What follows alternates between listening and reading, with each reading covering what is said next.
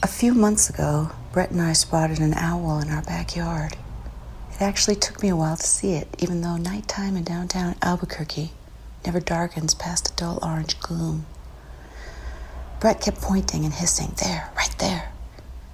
I was actually staring directly at the owl for at least a minute before I saw it. The bird was far closer and far smaller than my mind had been prepared to see. The owl was only about 10 feet above me, perched motionless on one of the many odd wires that span our yard.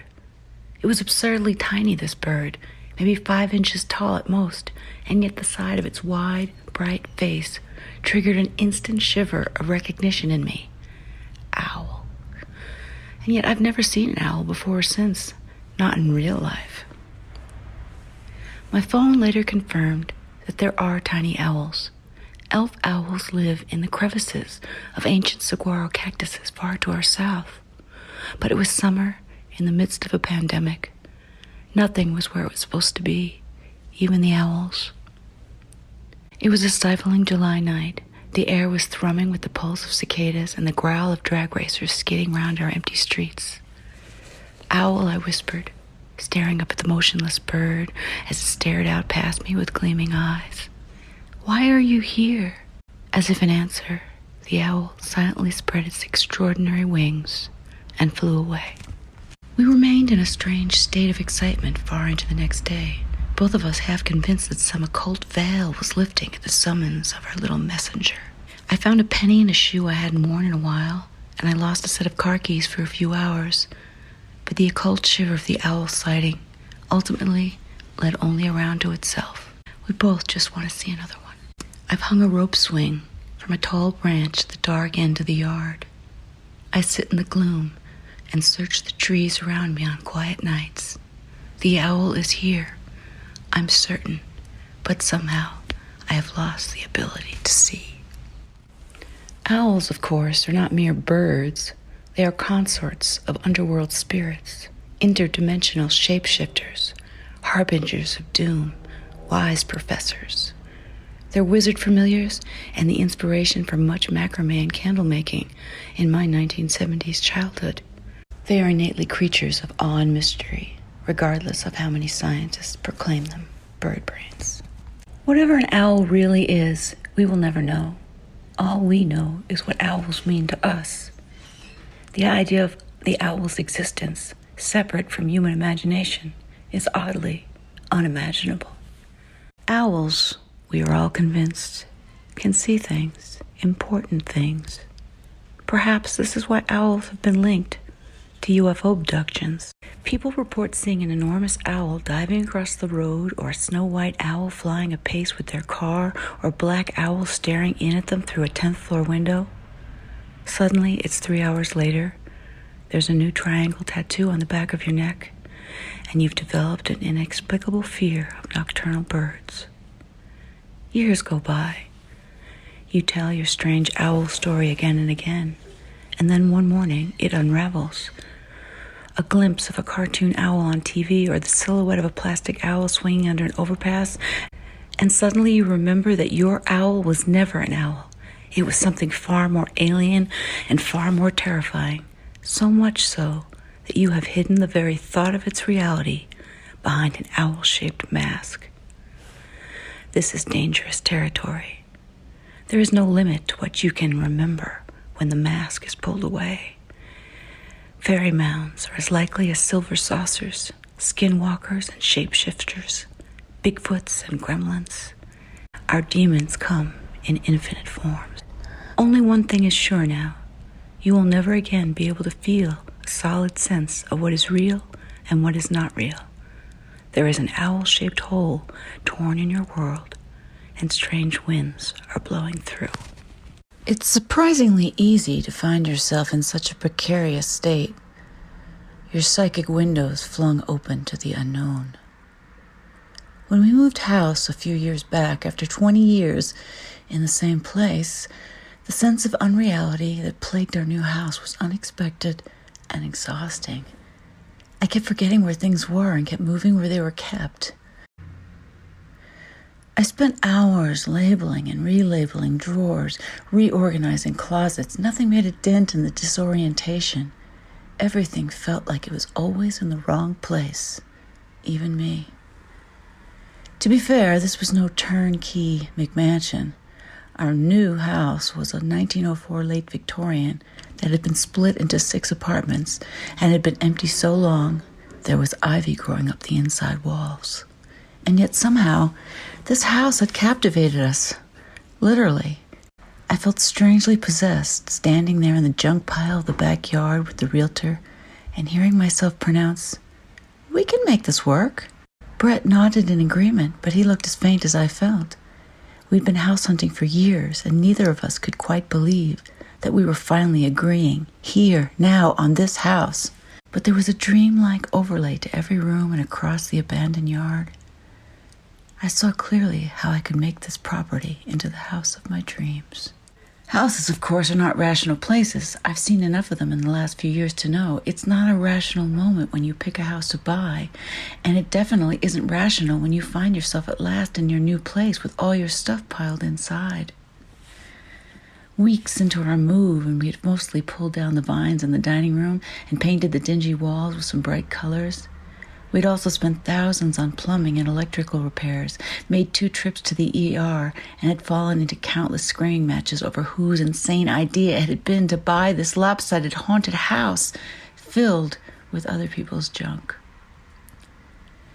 The house, to be fair, encouraged screaming. There were so many doors and odd passageways and rooms with high ceilings that we kept losing each other in the echoey labyrinth of our new world. Each morning when I woke in our lovely new bedroom, the wood floor refinished, the walls painted a soft blue, I'd open my eyes and I'd often get panicked even to see this strange sereneness. It only made matters worse to wake here and see all my familiar stuff strewn about this strange room, as if some trickster god had shuffled the details of my life while I slept, leaving some particulars intact while changing others completely. I found that I took a weird solace in memories of our old house. All the reasons that it had motivated us to sell it were meaningless to me now. It was as if another woman were to blame entirely for dumping me here with all my stuff. And I half believed that if I drove back over to the old place, I'd find her there still, living my old life. And so one morning I did actually drive back to the old neighborhood. It looked far dingier than I remembered it. The houses were small and surrounded by dusty yards. My old house, I saw, had been savaged. Someone had bulldozed away all my prickly pears, and a strange truck was parked carelessly across the front dirt where once stood a graceful willow. No, there was no solace here, and in fact, strangers peeking out of their ugly curtains at me. I remembered then the lack of privacy in that little shack and the sad view out the front window at this dying neighborhood. I remembered then my new home, and I was at least happy to turn around and drive back to it. And things did get easier. The new place was finally taking shape, and all the long, terrible tasks of our first days had begun to dwindle. I felt like we were home, at last. It was then, of course, that the water leak began. For 3 weeks it kept happening. We'd be abruptly awakened at dawn to the sound of a waterfall cascading over the roof eaves, an exceedingly rare sound in our desert town. Our rooftop swamp cooler worked fine all day long, but some nights, inexplicably, it began to drip and dribble and then burst open in a dozen places at once. For those in more humid climes, let me explain. A swamp cooler is a machine that consists mostly of a fan built over a pan of water. It can cool an entire house in a place with little natural humidity. A swamp cooler is not supposed to leak, nor is the plastic tube that runs water up to the machine made to burst open every few days. Something was very wrong up on our roof. We replaced one heavy-duty plastic line, and then we replaced another one, and then a third. They kept bursting open in several places within just a few days. The lines actually looked kind of disturbing.